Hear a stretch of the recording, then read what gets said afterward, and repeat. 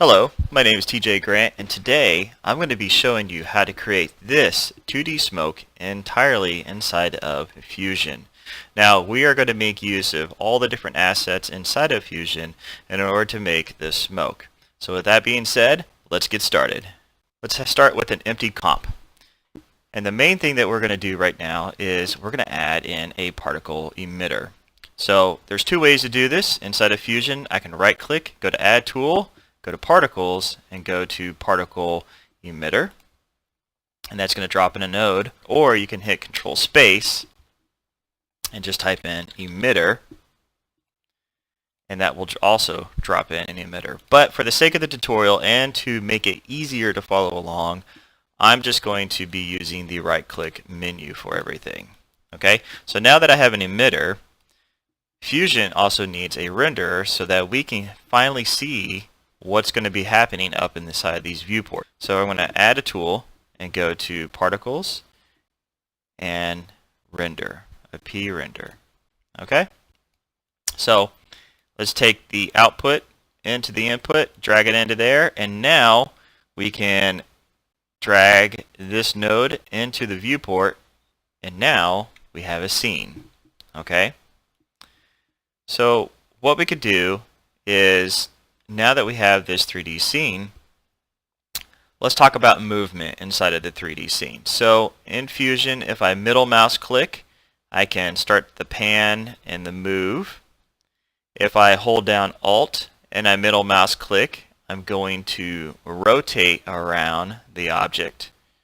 Or if I hold down Control and I move the mouse wheel forward and back, that's going to allow me to zoom in and out. Okay, so that's a little handy tip just to kind of get you going on how to navigate the 3D viewport. Okay, so now that we have a particle renderer here and the emitter, if we go ahead and hit play, you'll notice that they all just start to spawn, and they're spawning in the same place. But we need to add some movement to these particles. So if we click on the particle emitter, we can move them by using velocity. So we come down to velocity, and now if we move it forward, you'll notice that the render is going to update, and you'll see just how far these particles are going to be flowing. Alright, we can increase that. Let's just go ahead and, for the sake of this tutorial, do 0.05. Okay, and now if we hit play, you'll notice that they're moving in the positive x-axis in this general direction. Now that's great and all, but now we need to add in kind of a conical shape or a triangular shape to these, because I want the smoke to start here and kind of plume out. So the way we're going to do that is by adding, under the velocity controls in the particle emitter node, some angle variance. And so inside of Fusion, when you see a toolbar or a bar like this, you can actually just kind of scroll or like click down the mouse and kind of move it. All right, and that's kind of like a rotary dial type deal. So you can adjust it to however you want. Let's just make this an even 35. Okay, so now when I hit play, they're starting at this point and they're moving the particles in various directions here. Okay, so this is great, but all they are just points. Now we need to tell Fusion that we want to display a graphic onto these points. Now you'll notice that on this node, the P renderer node, it had an input channel, and we gave that input channel the particle emitter. But you'll notice on the particle emitter there is no input. And so the way that we're going to add a image to this particle emitter is if we go to the Style tab, and you'll notice the style says point. If I change that to a bitmap, watch what happens down here. You'll see it added an input. Now it wants an input. It wants a graphic. It wants something to be put into there. So you'll notice too, everything is gone. There's nothing in this viewport anymore, and that's because it needs a graphic. So we're going to do that using a background node. Okay. Now, if you are coming from After Effects, this would be your solid.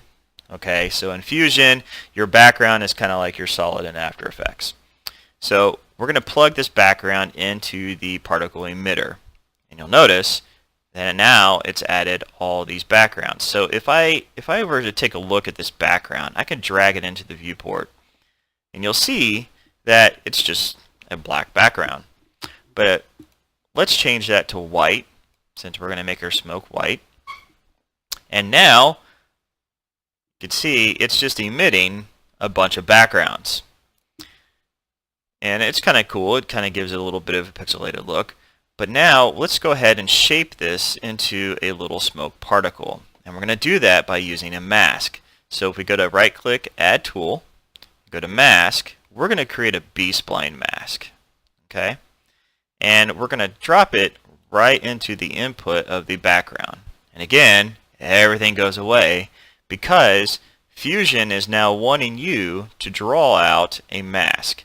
So you can go ahead and just start clicking inside the background node, viewport, this mask. Okay? And you'll see that it's been updated with this shape. Okay? So right now this is a B-spline. If you are not comfortable using B-splines, if you right-click, you can go to Controls, or sorry, you could go to the B-spline polyline option, and if you go down to the B-spline to Bezier, that's going to change it into a Bezier curve. Now this is actually what I'm more comfortable with, but you can start to adjust the handles and of course move these around. Alright?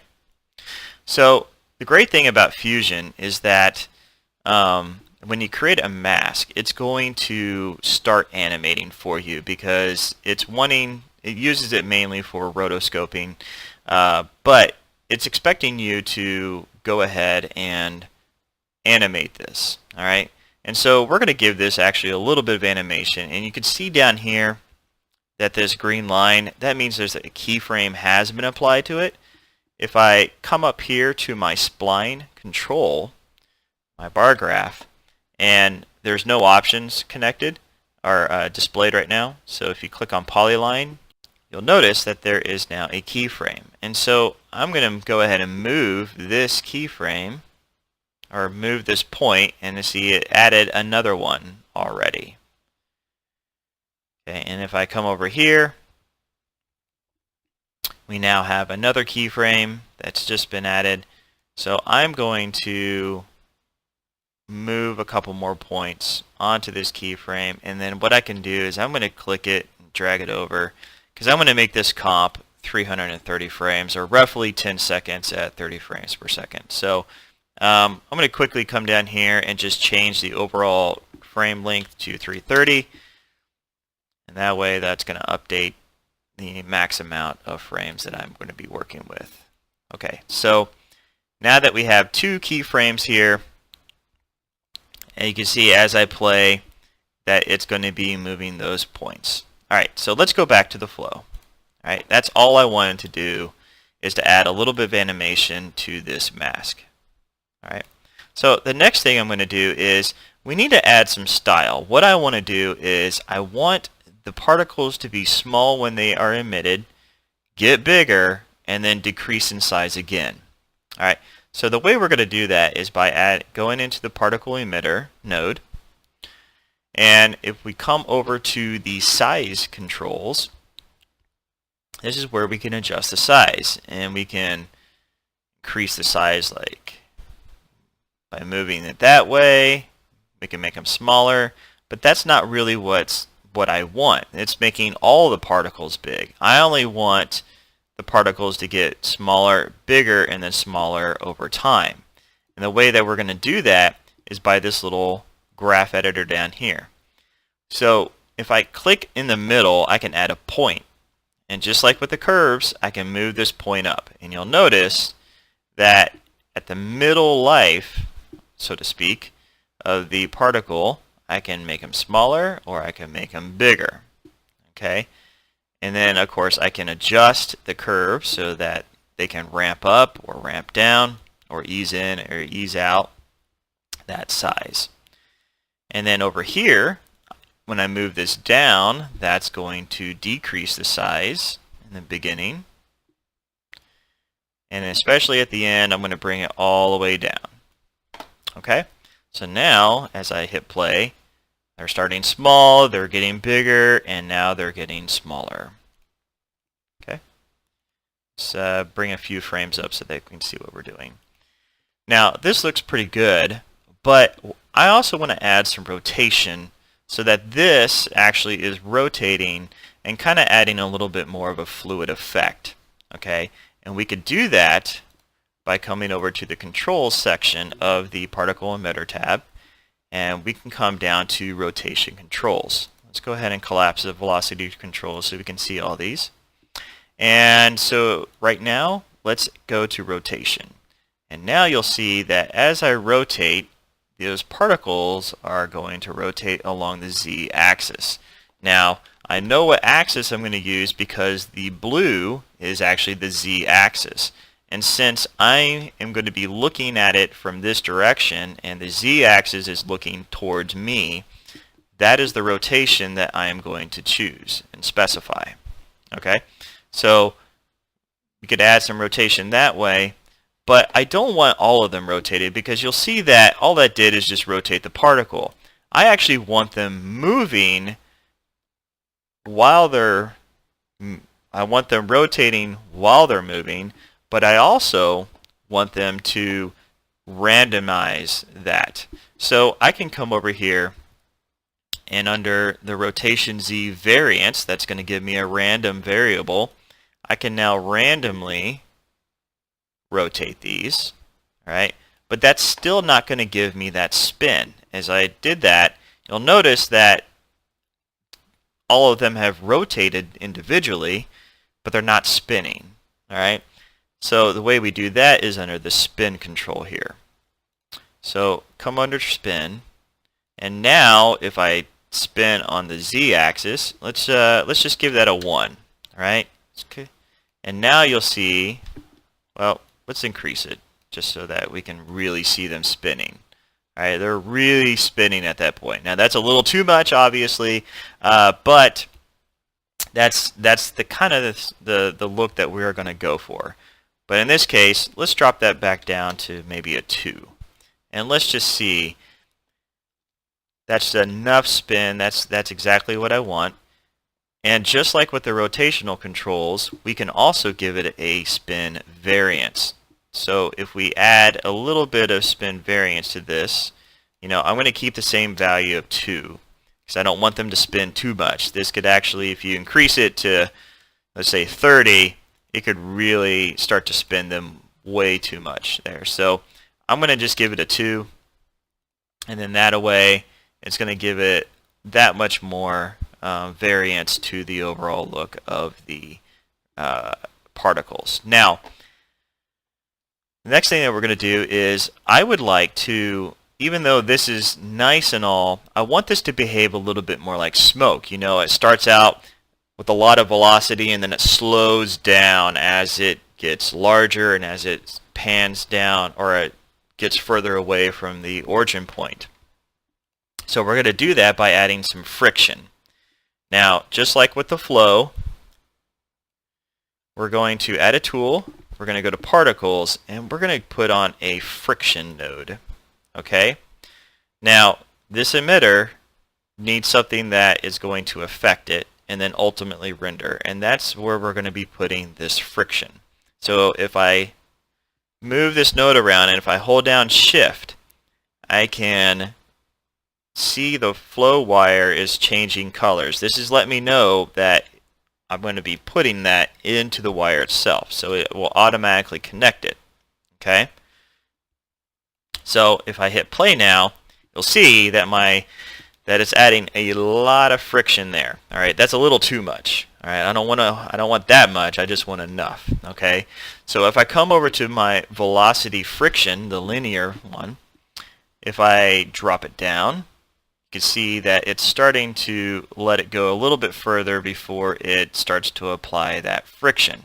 Okay, so I'm going to keep it right around there, and that's just enough. I can see that it's barely just slowing it down just enough. All right, so the next thing I'm going to do is, since this is in a 3D environment, we need to bring this into a 2D environment so that Fusion can now render that out. Okay, because right now it's not going to render any of those frames. It needs to collapse this 3D environment into a 2D image, and we're going to do that first by setting up the rest of the 3D scene. So we're going to make a merge 3D. All right, I'll drop that into there. And then I'm going to add a camera.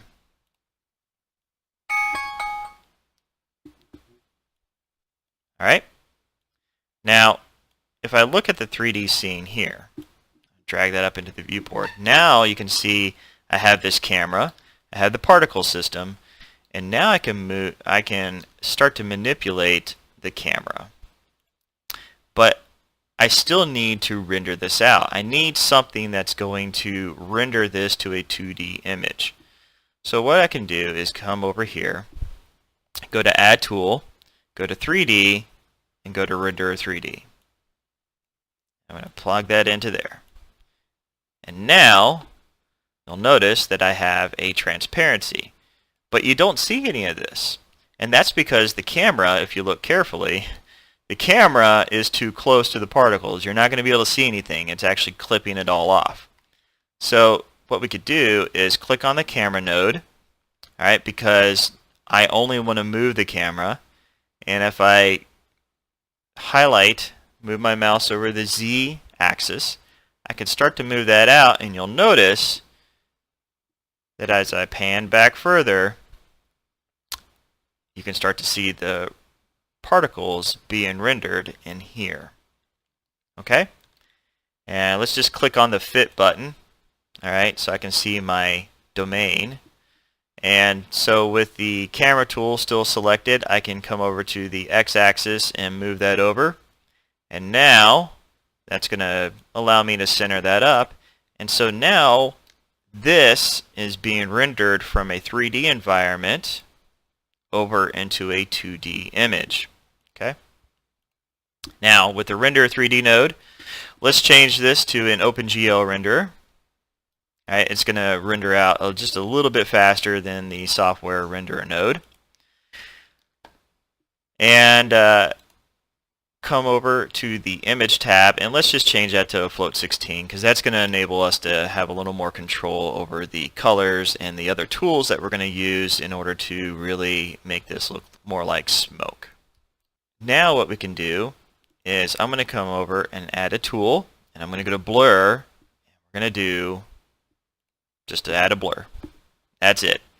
And we're going to connect that, and now you can see as I change the blur size, obviously it's going to add a blur. And we're going to use this as a way to smooth out all of these edges here.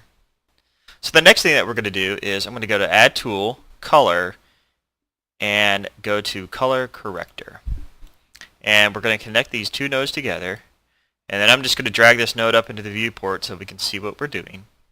And what I'm going to do is go over to Levels. Okay? And I'm going to take the light tones and I'm going to bring them all the way down. And then the darker tones, I'm going to bring them up. Essentially, I'm going to be crushing these two tones together.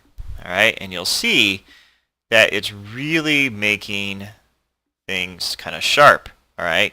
Kind of giving it that hand-drawn look. But if you look carefully, you'll also notice that there is this darker glow around everything. And that's because the alpha channel needs to be pre-multiplied. So we're going to go same in the color corrector node, go to Options, and we're going to pre-divide post-multiply this. Okay, and that's going to help get rid of everything, but it also kind of expanded the the white smoke area into those darker areas. So what we could do is go back to the correction, and we can continue to scale those together. You know, pretty much just bring them till they're almost completely together. Okay, and that's going to make it really, really sharp. So the next thing we're going to do is let's add in a filter. So the next thing we're going to do is add a filter, and we're going to go to Road and Dilate. And what this is going to do is we're going to be able to kind of make the edges of that a little bit crisp, a little more crisp, as we adjust some of the dilation there. All right.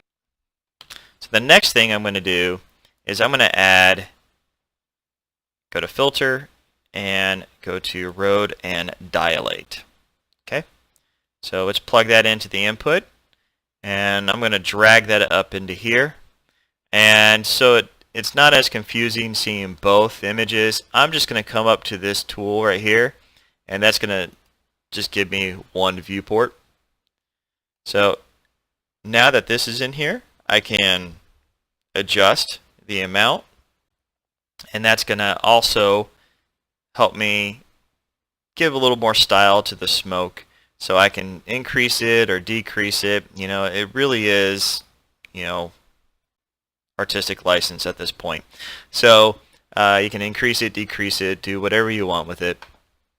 And then now, you'll see that we have this nice, very stylized 2D animated smoke.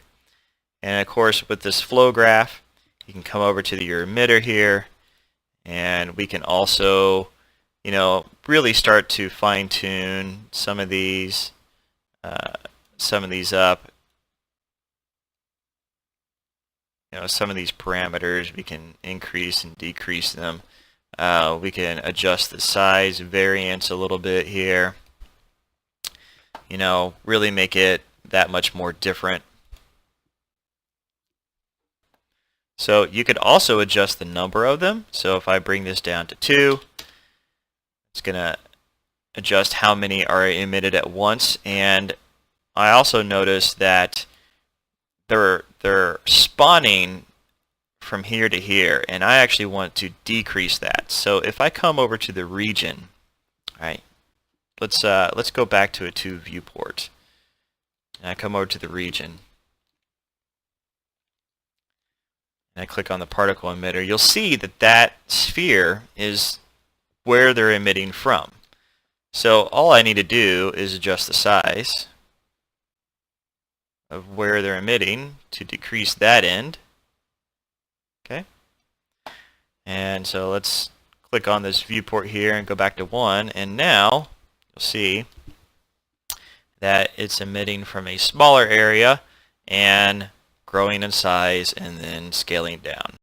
That about wraps up this tutorial today. I hope you all learned a lot about Fusion and some of its basic tools, such as the particle emitter and the particle renderer and the 3D scene, and how to manipulate the 3D scene, as well as how to render out that 3D scene into a 2D environment. If you all like this tutorial, please subscribe and stay tuned so that you can keep updated on when I release new tutorials. And with that being said, stay inspired, keep pushing those pixels, and I will see you all in the next tutorial.